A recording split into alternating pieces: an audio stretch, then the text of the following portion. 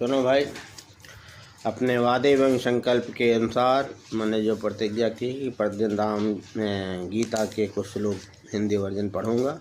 पढ़ने वाले को लाभ, सुनने वाले को लाभ। और सबसे बड़ी बात, भगवान कृष्ण कहते हैं, इससे मैं ज्ञान यज्ञ से पूजित तो होऊंगा। 11वां अध्याय चल रहा है, उसका ये 49वां श्लोक है। मेरे इस प्रकार के इस विकराल रूप को देखकर तुझको व्याकुलता नहीं होनी चाहिए और मूढ़ भाव भी नहीं होना चाहिए। तू भय रहित और प्रीति युक्त मन वाला होकर उसी मेरे इस शंख चक्र गदा पद्मयुक्त चतुर्भुज रूप को फिर दे।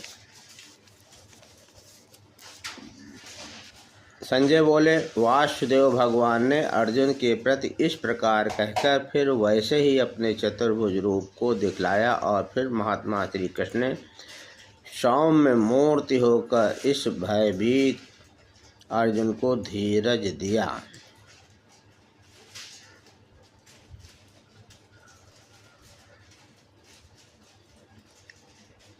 यहाँ एक शब्द यूज हुआ है भगवान के लिए, महात्मा श्री कृष्ण। यहाँ श्री कृष्ण जो है अर्जुन के गुरु भी हैं और अर्जुन शिष्य है। तब गीता का उपदेश दिया जा रहा है गुरु के द्वारा शिष्य रूप में। भगवान तो है ही, लेकिन यहाँ एक शब्द आया फिर महात्मा श्री कृष्ण ने सौम्य मूर्ति होकर इस भयभीत अर्जुन को धीरज दिया। तो गुरु होता है वही धीरज देता है। अर्जुन बोले, हे जनार्दन, आपके इस अति शांत मनुष्य रूप को देखकर अब मैं स्थिरचित हो गया हूँ और अपनी स्वाभाविक स्थिति को प्राप्त हो गया।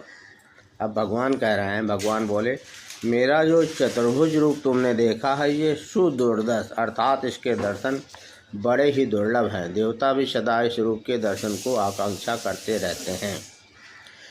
जिस प्रकार तुमने मुझको देखा है इस प्रकार चतुर्भुज रूप वाला मैं न वेदों से, न तप से, न दान से और न यज्ञ से ही देखा जा सकता हूँ। किसके द्वारा देखा जा सकता हूँ?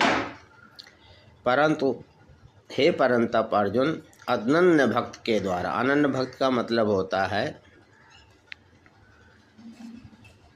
इसी के आगे बताया जाएगा। अनन्य भक्त के द्वारा इस प्रकार चतुर्भुज रूप वाला मैं प्रत्यक्ष देखने के लिए, तत्व से जानने के लिए तथा प्रवेश करने के लिए, अर्थात एक ही भाव से प्राप्त होने के लिए भी शक्य हूँ। अनन्य भक्त का मतलब क्या होता है?